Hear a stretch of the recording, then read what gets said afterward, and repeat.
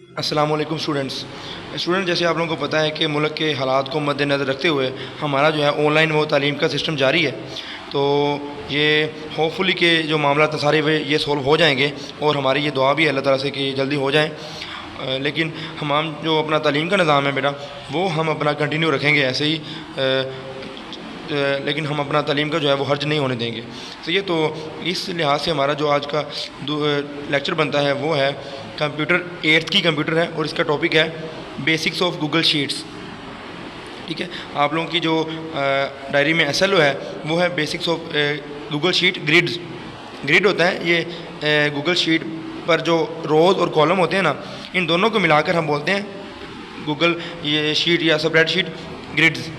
लेकिन हम पढ़ रहे हैं स्पेसिफिकली गूगल शीट्स।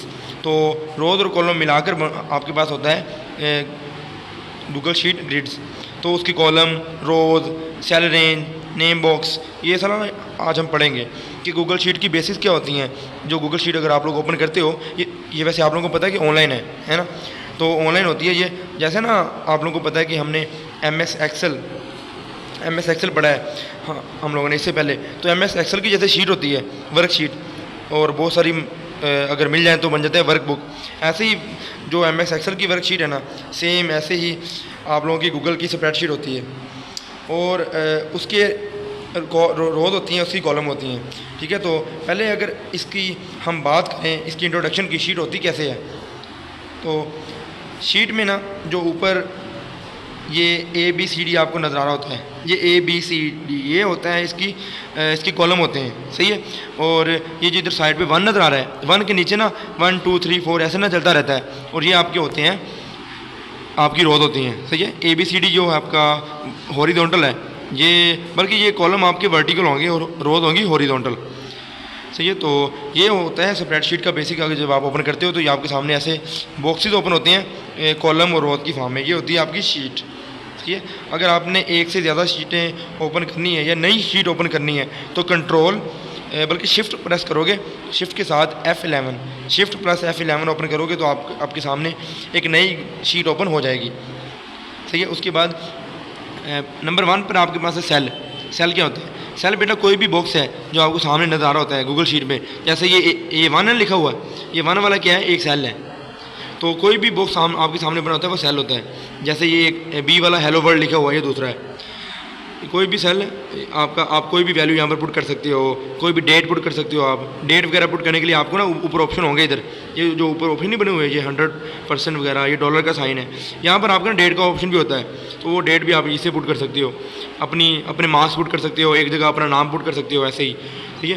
तो दूसरे नंबर पर है सेल रेफरेंसेस।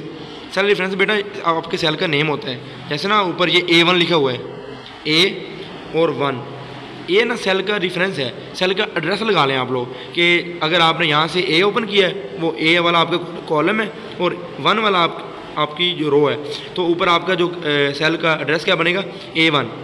ऐसे आपने ये हेलो वर्ड वाला B वाला ओपन करना है तो आपको क्या बनेगा, B1, क्योंकि B वाला कॉलम है और रो कौन सी है, A है। तो ये होता है सेल रेफरेंस। ऊपर जो भी आपने सेल खोला हुआ है उसका एड्रेस जो होगा ये कह लो, उसका नेम जो होगा वो क्या होगा, सेल रेफरेंस। अब है cell name box. Name box बेटा इसी को ही कहते हैं, लेकिन ये ना फ़र्क इतना है कि जो अंदर नेम शो हो रहा है ना, A1 B1, जो जैसे मैंने अभी आप लोगों को बताया हेलो वर्ड वाला B1 है, ये आप लोगों का होता है सेल रेफरेंस। लेकिन ये पूरा बॉक्स जो है, इस बॉक्स को हम बोलते हैं नेम बॉक्स, सही है। दोनों में थोड़ा सा फ़र्क है, वो ये कि ये अंदर वाला सेल रेफरेंस है और ये पूरा बॉक्स क्या है, ये वाला ये नेम बॉक्स है। अब है Google sheet range. Google sheet की रेंज बेटा आप जितनी मर्जी कर सकते हो।